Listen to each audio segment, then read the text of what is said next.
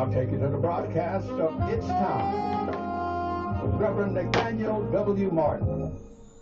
Here's Reverend Martin. All right, thank you, Dr. Blackwell. Let me say Hotep Habaragani to my Africana Studies colleagues and contemporaries and searchers after truth all.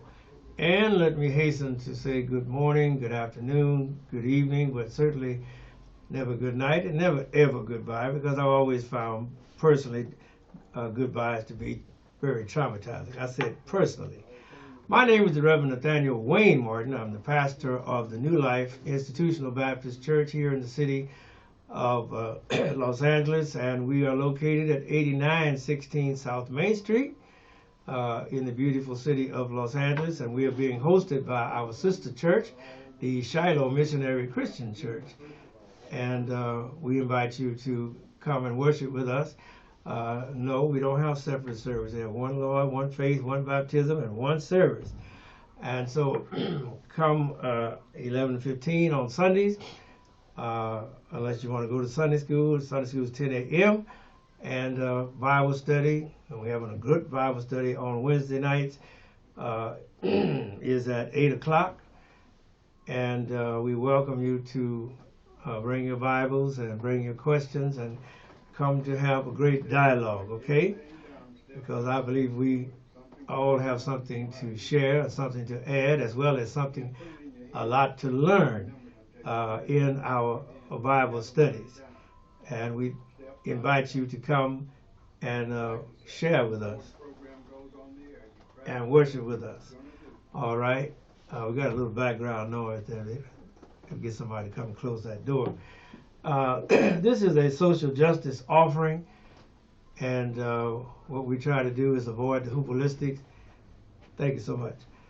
And stick to the main subject, keep the main thing, as they say.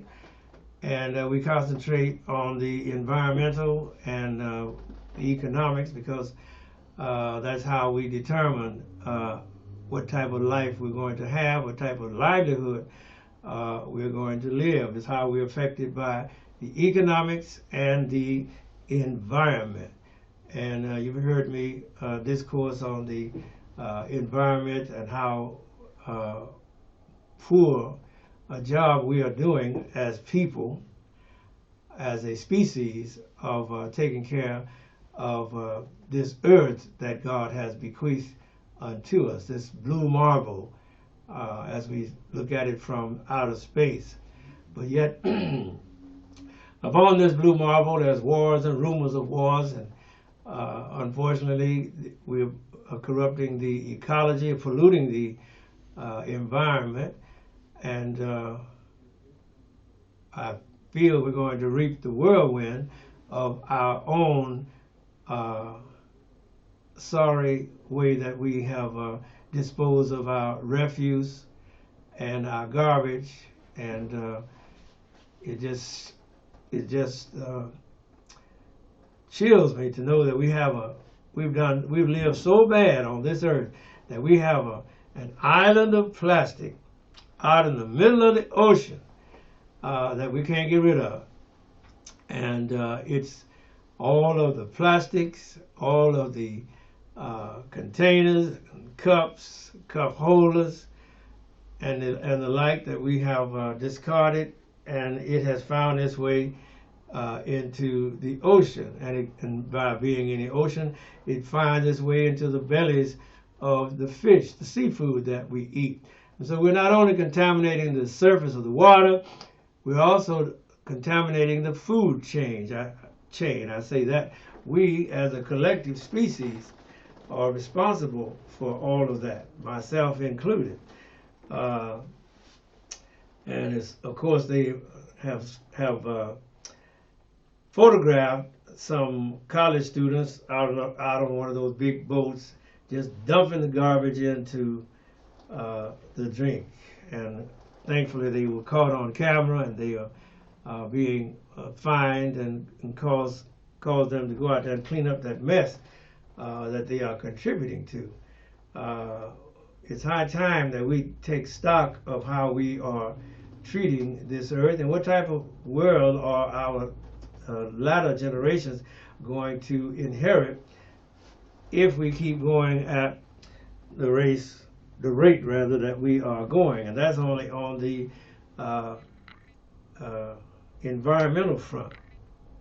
When you add the environmental front to the economic front, wow, what a messy job we have made of this great earth that God bequeathed to all mankind. Yes, all mankind.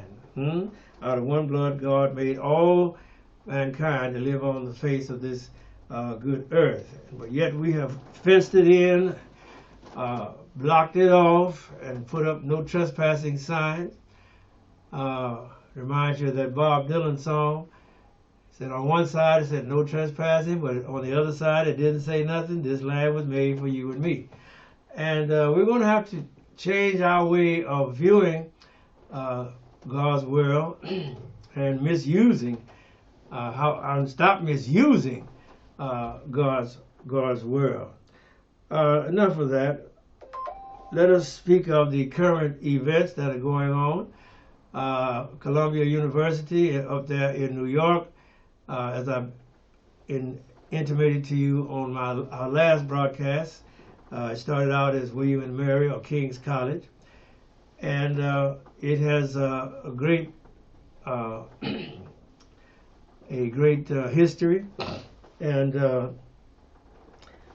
it is the seat of the Pulitzer Prize Awards there in Columbia University, and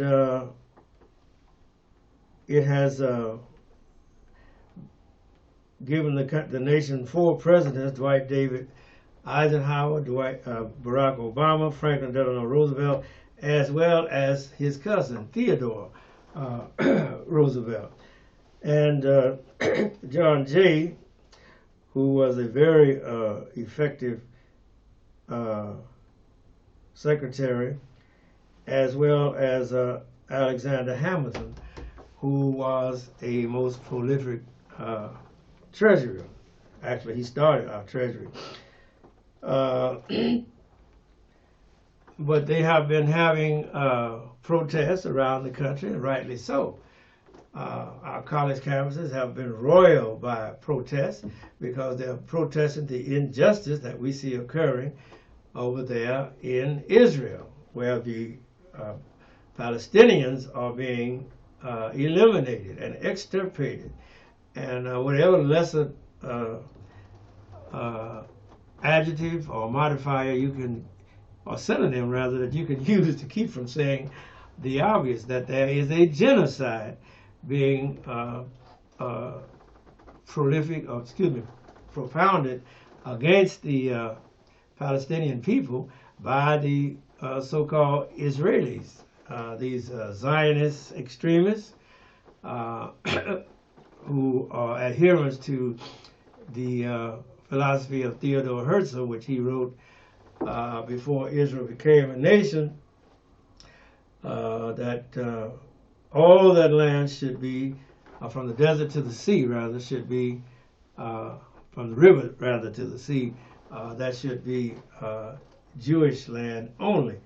And they make that claim, and they are now asserting that claim violently, and they are exterminating the Palestinians not only in the Gaza, but also where the Hamas is not, in the West Bank.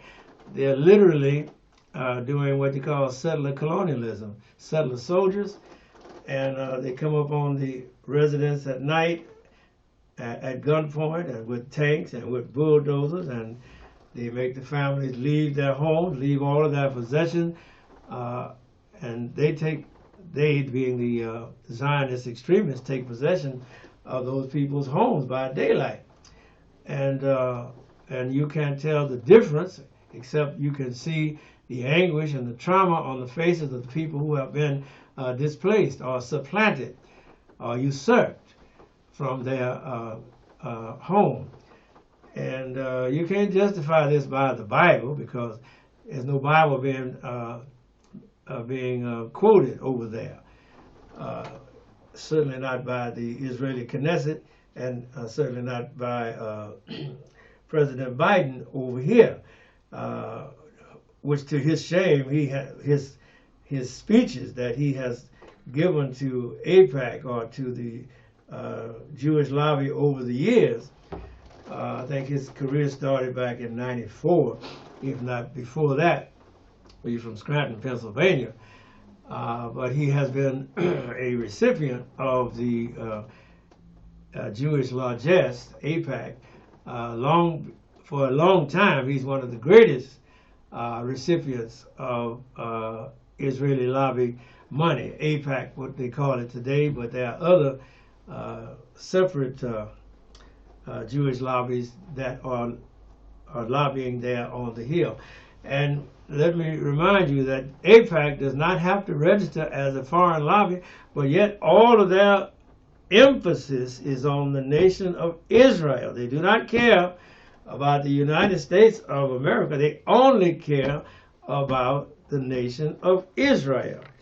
And at some point, we as an American citizenry, as a democracy, failing as we have been, and with the specter of a Trump a resurgence into the presidency, we have to consider and become aware and reason with the fact, or confront the fact, that we may see the end of democracy as we have known it, and that the biggest Jewish state may be the United States of America, since we're being played like a patsy or like a pogo, a whack-a-mole, hit with everything by the Israeli lobby, and we are taking better care of the people in Israel than we are taking care of the citizens of the United States. And I think that is shameful. Charity begins at home and then spreads abroad. But we have allowed the Israeli lobby, which doesn't have to register as a foreign lobby, to just take over the legislation of the United States and turn it to their purposes. And I think that is appalling. Thank God Biden has paused aid to Israel.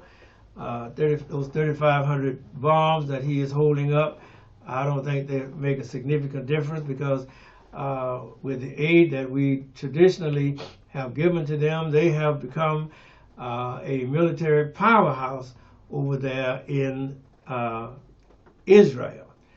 And so this paltry pause is more or less geared to the protesters to make it seem as though Biden is listening, when he's really not listening. He just wants to get reelected, and he, rest assured, he will keep on supplying Israel with those 2,000-pound bombs, even to his detriment. Remember, Netanyahu is really a supporter of Donald Trump, and I think Mr. Biden has fallen into the trap that was set for him, and he's in an intractable position or condition.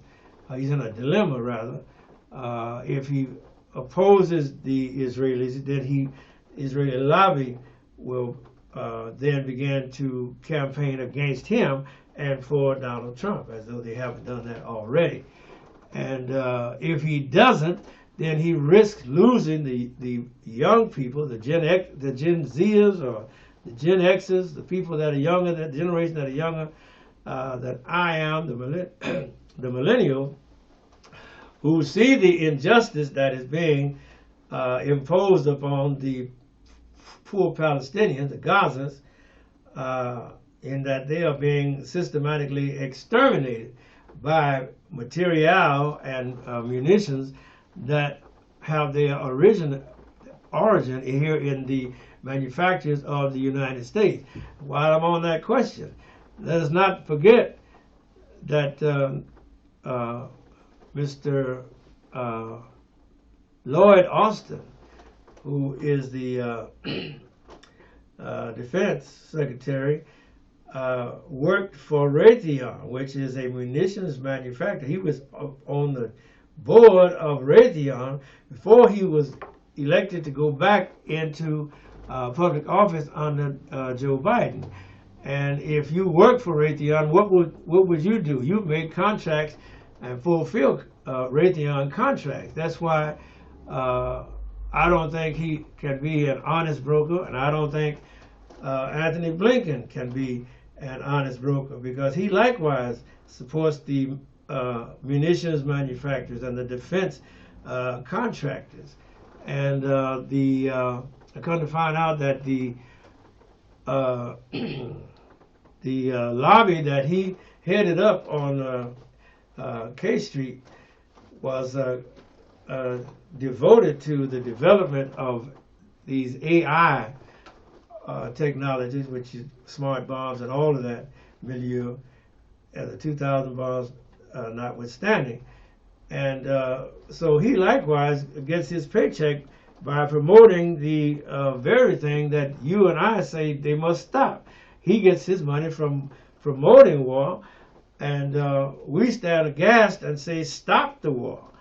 And so you can see the conflict between Mr. Lloyd Austin in his efforts to be a peace broker over there in Israel, so to speak, and then Mr. Anthony Blinken, who is, in addition to being a munitions manufacturer, is also a Jew.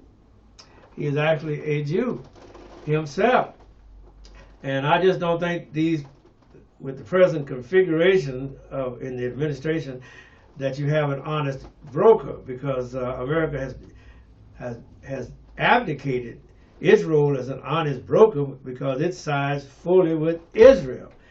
And then it should relinquish the role to try to be a peacemaker or a peacekeeper in Israel in its contest between the Palestinian people and the Israelis, because, like I said, we have never been an honest broker because we always side with Israel.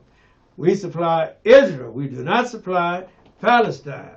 We give bombs to Israel. We do not give bombs to Palestine. We give 2,000-pound bombs to Israel. Not a 1-pound bomb do we give to the people of Gaza. And so we've never been an honest broker. Yeah, we'll throw a few crumbs of food, bread, water, and like that to the Palestinians, but that doesn't help the Palestinians when these 2,000-pound bombs are being dropped on them while they are having dinner. And so we must acknowledge the fact that our nation is not an honest broker. Amen. Excuse me, I get this cough. I should have brought some water in here, but I didn't. But that's okay, I'll be all right. Anyway, along with that, the Mike Johnson, who is Speaker of the House, survived a Marjorie Taylor Greene attempt to oust him and throw the Congress back into a broiling uncertainty, because, you know, if they don't have a Speaker of the House, then the business of the House stops. You can't do no business until you get a Speaker of the House. And that Marjorie Taylor Greene is so irresponsible, I guess she gets her marching orders from Donald Trump, that she would throw the nation back into that situation again if she could have gotten her way. But thankfully, even though she had... Oh, thank you, man. Come on. Thank you, sir. All right. I needed that. Somebody heard me.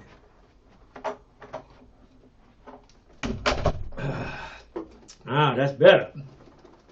Marjorie Taylor Greene was not able to dethrone this Mike Johnson. Not that he doesn't really need to be dethroned, because what he said on the college campuses is abhorrent.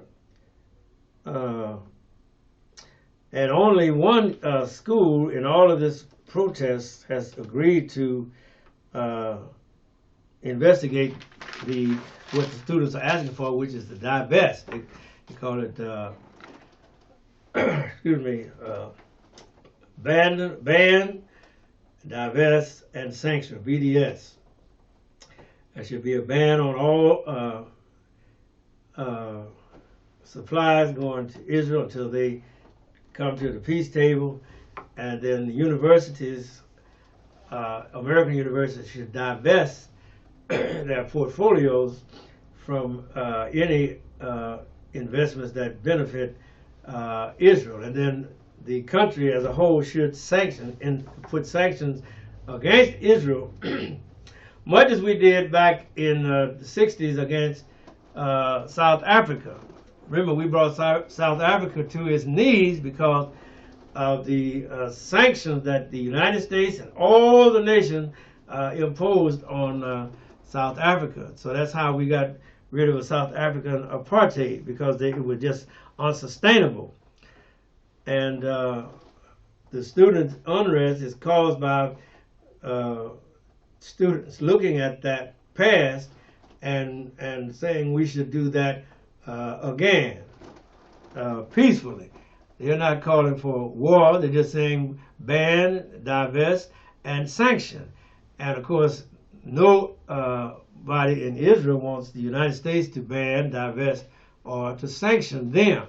And so that is why the unrest on UCLA campus grew so violent, because the pro-Palestinians were there on UCLA campus making their protest, and then it looks like the authorities looked the other way and let the pro-Israelis come in there with hammers and with other